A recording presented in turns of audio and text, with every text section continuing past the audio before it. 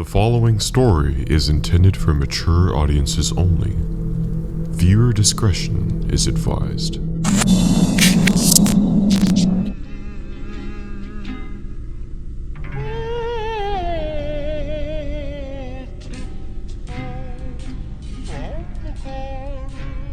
About 5 years ago, I lived downtown in a major city in the US. I've always been a night person, so I would often find myself bored after my roommate, who was decidedly not a night person, went to sleep. To pass the time, I used to go for long walks and spend the time thinking. I spent 4 years like that, walking alone at night.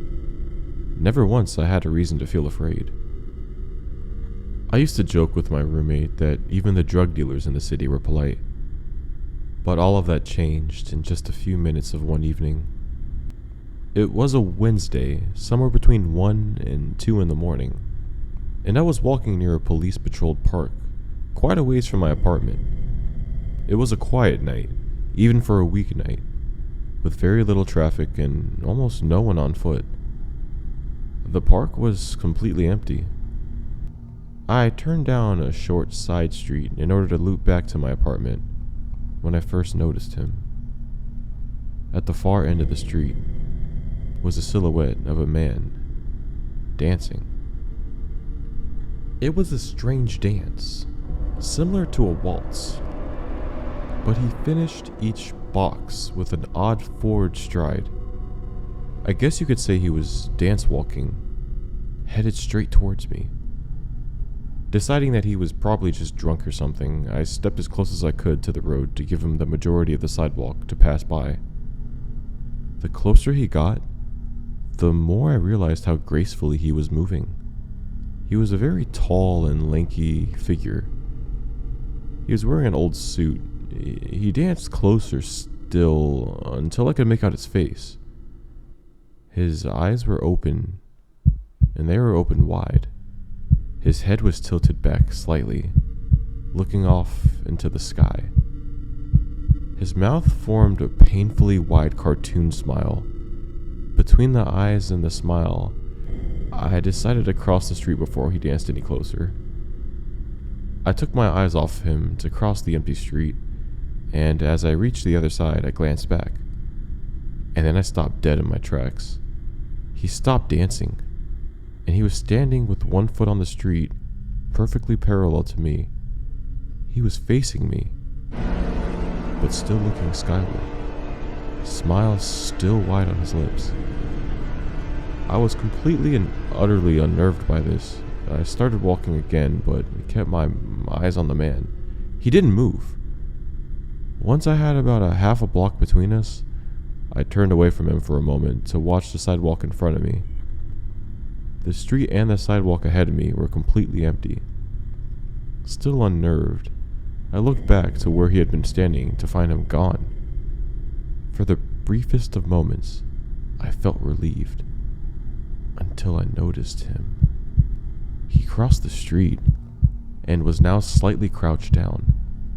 I couldn't tell for sure due to the distance and the shadows, but I was certain he was facing me. I had looked away from him for no more than 10 seconds, so it was clear that he had moved fast. I was so shocked that I stood there for some time staring at him, and then he started moving toward me again. He took giant, exaggerated, tiptoed steps, as if he were a cartoon character sneaking up on someone, except he was moving very quickly. I would like to say at this point, I could have ran away, I could have pulled out my pepper spray or my phone, but I didn't. I just stood there completely frozen as this smiling man crept toward me. He stopped again, about a car length away from me, still smiling, still looking to the sky. When I finally found my voice and broke out of the frozen posture I was holding, I blurted out the first thing that came to my mind. "What do you want?" Regardless of whether or not humans can smell fear, they can definitely hear it, and I heard it in my own voice, and that only made me more afraid. But the smiling man didn't react to it at all. He just stood there, smiling. And then, after what felt like forever, he turned around very slowly and started dance walking away. Just like that.